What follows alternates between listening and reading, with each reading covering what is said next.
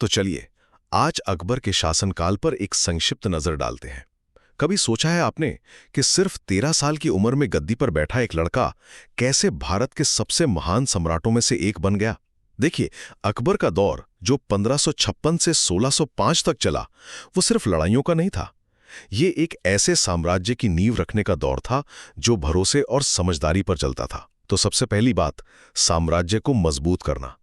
1556 में पानीपत की दूसरी लड़ाई जीतकर उन्होंने दिल्ली पर मुगल सत्ता तो वापस ले ली, लेकिन उनकी असली जीत थी उनकी राजपूत नीति, जहां उन्होंने दुश्मनी की जगह संधियों और विवाह संबंधों से राजपूतों को, आप कह सकते हैं कि, साम्राज्य का सबसे मजबूत स्तंभ बना दिया। इसके बाद आता है उनका शायद सबसे चर्चित कदम, धार्मिक सहिष्णुता।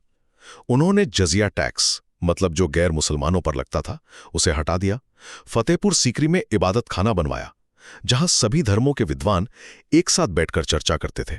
और इसी सोच से निकली सुलह एक कुल की नीति, जिसका मतलब था सबके लिए शांति।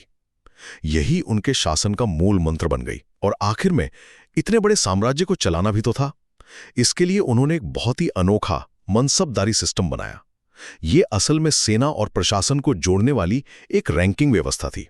इससे होता यह था कि वफादारी सीधे बादशाह के प्रति होती थी, किसी स्थानीय सरदार के नहीं। तो कुल मिलाकर अकबर का शासन सिर्फ तलवार की नोक पर नहीं, बल्कि रणनीतिक गठजोड़, धार्मिक सद्भाव और एक बहुत ही कुशल प्रशासन की नींव पर टिका था। सीखने का ये सिलसिला जारी रखने के लिए कीर्ति टेक को सब्सक्राइब करना ना भूलें।